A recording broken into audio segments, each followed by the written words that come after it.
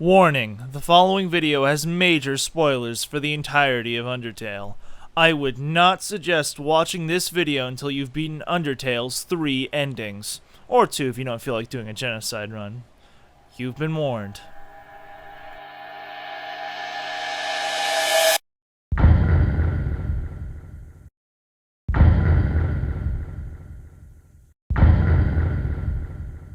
Playing Undertale is like staring into the abyss and having it stare back.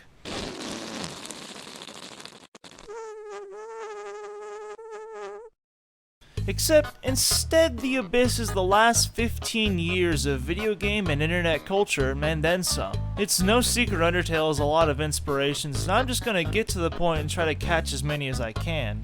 Of course, these are all just guesses. I don't actually know what was intended to be a reference or what inspired Undertale. I'm just taking my best swing at it. But I do think at least a little of what I'm saying should have pretty good odds of being true. There's a lot to cover here, so let's get going. Now what's a good start? How about the title? It can be argued that Undertale is a constructed synonym of the cult classic Cave Story. Another possible allusion to Cave Story are the appearances of the DREEMURR family being somewhat similar to the Mimiga.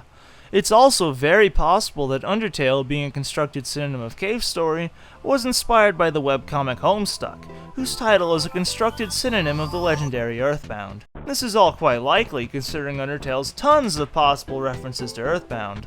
It's also worth noting that Undertale's director, Toby Fox, has composed some notable music for Homestuck, as well as a notable ROM hack for Earthbound called the Halloween hack. In fact, the song that appears during Sans' boss fight on a genocide run, Megalovania, also appears in the final boss of the Halloween hack and in Homestuck.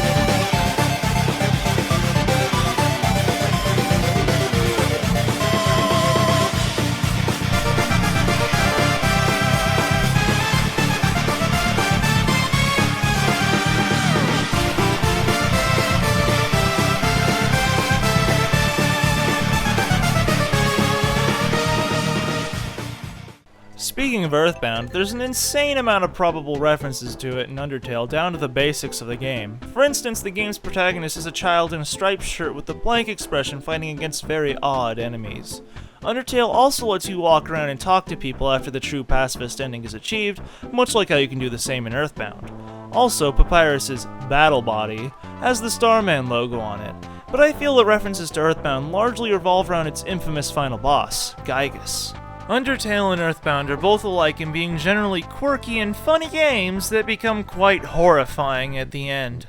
In Earthbound, you reach the end of the game and fight Giygas, the only character in the game that isn't a sprite and is rather the background, and is quite frightening for the game's general atmosphere, and is accompanied by rather disquieting audio. In Undertale, Flowey isn't fought in an RPG style like any other enemy, and whose transformation into a completely out-of-place appearance is accompanied by music quite similar in tone to what plays with Giygas. Also during the Giygas fight, it comes to a point where the only thing you can do that'll help win the fight is pray for help. During Flowey's fight, you can do practically no damage to him without first calling for help. Now, this is a bit of a stretch, but I believe the fact that Flowey deletes your save file and makes you reset the game is inspired by Earthbound's copy protection. On a pirated version of Earthbound, when you reach Giygas, the game freezes, deletes your save file, and resets. Normally I'd think this is just a coincidence, but Toby Fox has gone on record saying the game he's played most in his life is Earthbound, so I think it's a valid assumption that he knows about this. And while we're on the topic of Giygas and Earthbound, in the True Laboratory there's a monster called the Memory Head that visually looks like Giygas and shares his style of phasing in and out. Character-wise, there's a few notable similarities between Giygas and Flowey. When fought in Earthbound, Giygas is not in his usual form, where he's actually a pretty normal gray alien. The same could be said of Flowey, whose original form was that of ASRIEL DREEMURR. Both Giygas and ASRIEL's fathers both committed destructive crimes, too. For Giygas, it was George's stealing of the secrets of PSI, and for ASRIEL, it was Asgore declaring war on the humans after ASRIEL's death. Now, let's get back to stuff that isn't creepy. There's a set of 2 obvious references to Final Fantasy VI in one of the encounters with Mettaton. First, he takes part in singing an opera about love that is very similar in audio and in visuals to the famous opera scene in Final Fantasy VI.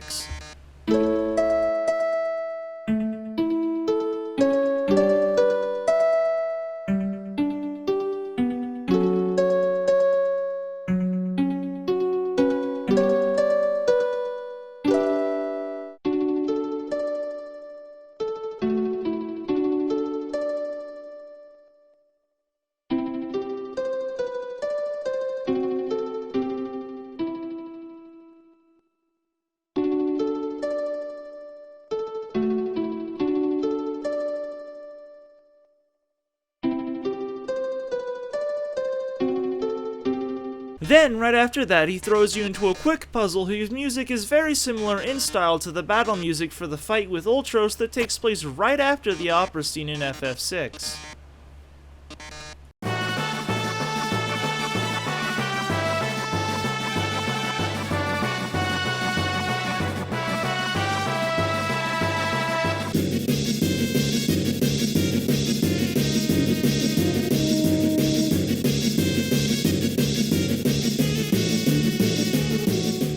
Also, if you reset after fighting Undyne, when you reach her arena, she'll make a reference to the first Final Fantasy by saying, "I, Undyne, will knock you down."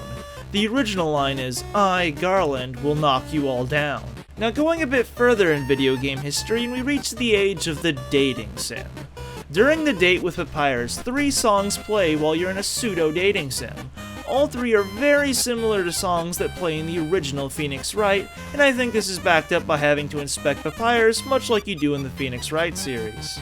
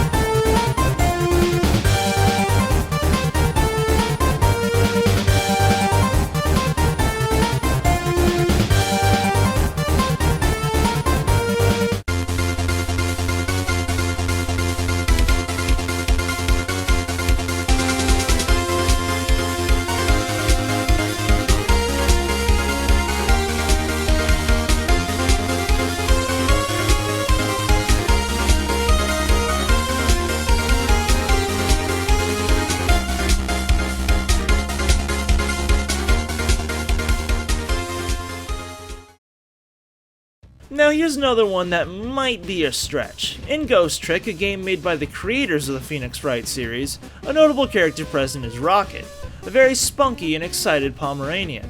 Now in Undertale, there's the annoying dog, and several other dogs who look somewhat like pixelated white Pomeranians.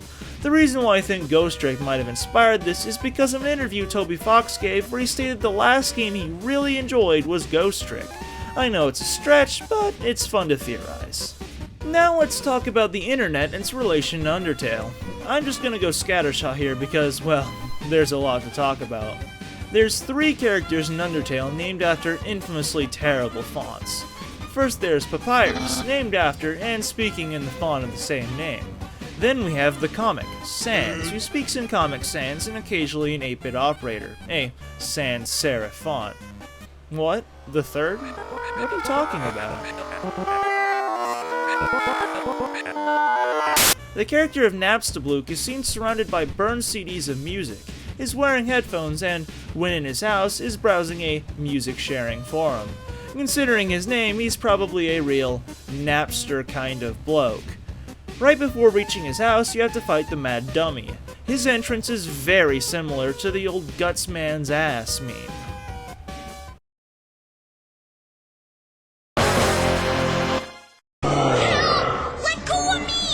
Don't worry, I'll put out its lights. It's Gutsman! Then we have Temmie Village, a place populated by identical cat things that talk in a way similar to the old Katie Ta Penguin of Doom, copypasta, and other notably terrible internet writings. Speaking of copypasta, the shopkeep in the MTT Hotel, Burger Pants, has a backstory seemingly based off the Pockets of Spaghetti copypasta, where a male sees an attractive female, attempts to flirt and interact with her, and panics, causing the situation to go awkward and having spaghetti fall out of his pockets. I'm sure you've noticed I'm kinda stalling around the big one though. Homestuck. Now I know very little about Homestuck, and I do not have the time to get into it, but it is reasonable to suggest that Undertale was inspired by it quite a bit. Of course, there's the fact that Toby Fox composed music for Homestuck, but he has also admitted that the Aaron enemy in Undertale is directly based off of Equius Zahak from Homestuck. I can't really say any more, and maybe once I learn more about Homestuck I could perhaps make a follow-up to this video covering that stuff and other stuff I've missed. But back to business. Let's talk about anime. One of the characters, Alphys, is an extreme otaku who tells people that anime is human history. There are a lot of anime out there, and a lot of descriptions in anime and Undertale are very broad and hard to pin down to any one source. The giant sword in Undyne's house could be a reference to Berserk and any number of anime, and the descriptions on Alphys' bookcase could be referring to just about anything. Heck, you could even say that Metatron EX's appearance is a reference to JoJo's Bizarre Adventure. I mean, he does pose a lot, sort of has a weird sideburn thing on his face like the Darbies, and has a belt with a heart on it, like Dio. His upper torso also somewhat resembles Saiyan armor from Dragon Ball Z. The Mad Dummy's personality could also be a reference to Dio from JoJo. He has a habit of yelling futile and pitiful 3 times in a row, similar to how Dio tends to yell muda 3 times in a row. Muda is a Japanese adjective that, while usually translated to useless, can also be translated to futile. The dummy also pulls out a knife at the end of the fight, similar to how Dio starts throwing around knives in his climactic battle. I can think of one reference is probably true at least here. Alphys goes on quite a bit about a dating sim called Mew Mew Kissy Cutie, whose name more than likely comes from the anime Tokyo Mew Mew, which you may know under the title of Mew Mew Power. Oh, and I can't forget, the anime Tsundere plane is based off a Japanese character type known as a tsundere. However, Alphys' otaku design may actually, again, come from video games. A very similar, albeit antagonistic character can be found in Super Paper Mario and is named Francis. Not only are they both otaku, but they share a similar hunch stance. Also, Muffet's device of refusing to let you pass until you pay up could be inspired by Mimi in the same game. In Super Paper Mario, you reach a mansion taken over by Mimi and are forced to rack up an exorbitant amount of rubies to proceed, similar to how Muffet wants you to buy a pastry that costs 9,999 gold. In both situations, there's a better way out, and oh, did I mention Mimi is a spider? Now that we're on the topic of Mario, do you remember Mario Paint? Well, it seems really possible that the melody in Dogsong was composed in Mario Maker. Take a listen.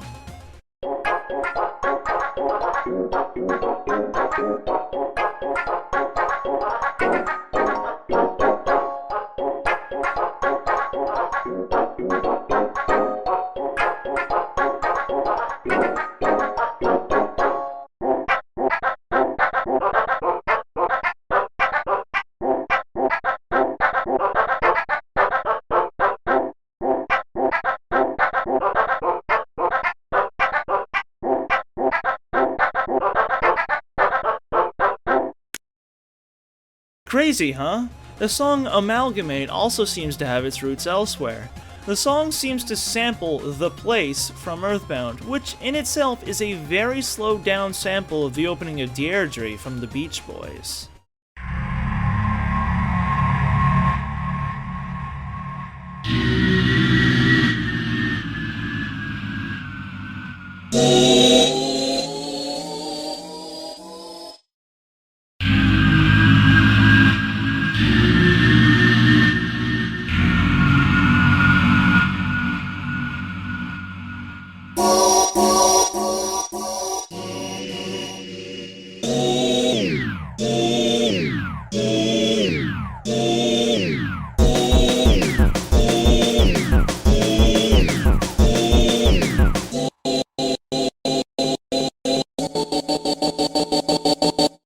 Also, the song that plays in the True Laboratory when just walking around, Here We Are, sounds thematically and instrumentally similar to a certain song with an interesting title in Persona 3.